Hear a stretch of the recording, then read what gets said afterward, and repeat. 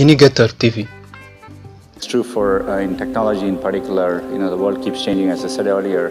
So, big part of what I focus on at any given time is, making sure we are innovating and building products for the future. It's just got to be a normal course of how you think. And so, we are constantly thinking about what to do next. So, Android is very popular. People are using smartphones.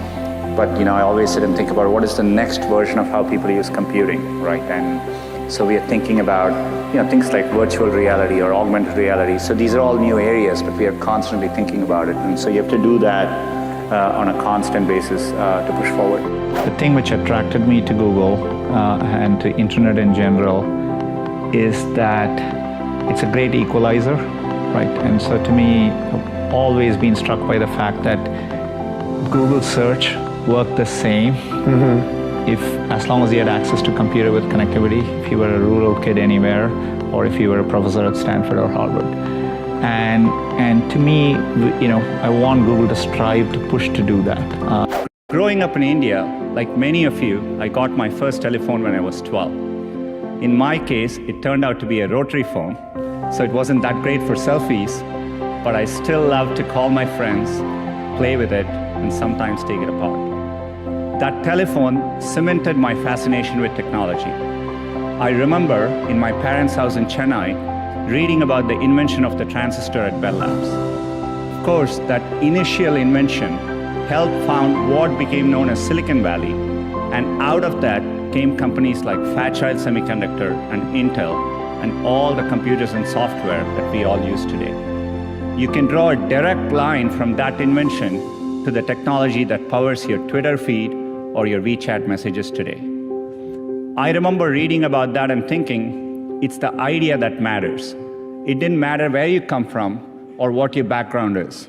One revolutionary idea, one brilliant invention can unleash other entrepreneurs to revolutionize industries in ways you could never predict. You will have many opportunities to reinvent yourself, and so so I think it's worthwhile taking risks and trying to do something you're really excited by. And if the first attempt you don't do it, you can try again, and things tend to work out in the long run. In Silicon Valley, part of the reason so many people start up a company is, starting up a company and even having failed, you can wear it like a badge of honor, right? And I think that's important. Culturally, risk is rewarded. I remember when I started working at Google, if I went and people were discussing ideas, the other people who heard the ideas try to build on those ideas. They encourage you. So it's a culture of optimism. It's a culture of risk taking, and I think that's really important. So. Are there any Jedi mind tricks that you're employing that maybe people aren't seeing that you're doing to motivate your employees? For me, it mainly is I've always been very passionate. So I'm an optimist about how technology can make a difference, and so I focus on that, and that way you kind of tend to forget about the other things. The rest is noise. So in some ways.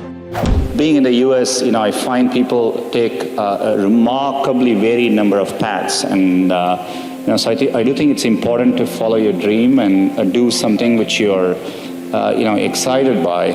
So I think if you follow your heart and do what you like, you will always do much better. And so I don't think it matters that you're an engineer or you're in science, or it could be in any field. What is your morning routine like? What do you do when you first get up in the morning? Believe it or not, I still, I read a physical paper every single morning. Which one? I read the Wall Street Journal every morning. I read the New York Times online. I still am very particular about having my tea. It's very English. I grew up in India. So having my tea, and I'm vegetarian, so I need to get my protein. So I always have an omelet in the morning with toast, tea, and read my paper. So I do that every morning. What time do you wake up? 6:30 to 7, so that's when I do it. Do you exercise in the morning? No, later in the day sometimes, if I get a chance, but always in the evening. I wish I could do it in the morning. I'm not a morning person, so I need my time with my paper and tea to wake up and kind of get going. Now you're being spoken about as a potential next CEO of Google. I keep hearing that. I mean, Larry is very, very committed to Google for the very long term. So am I. I'm passionate about computing, and Google gives a chance for me to do what I love and do it in a way which impacts a lot of people. And so it's a good partnership I have with Larry and with the team there. And so, I expect it to stay the same.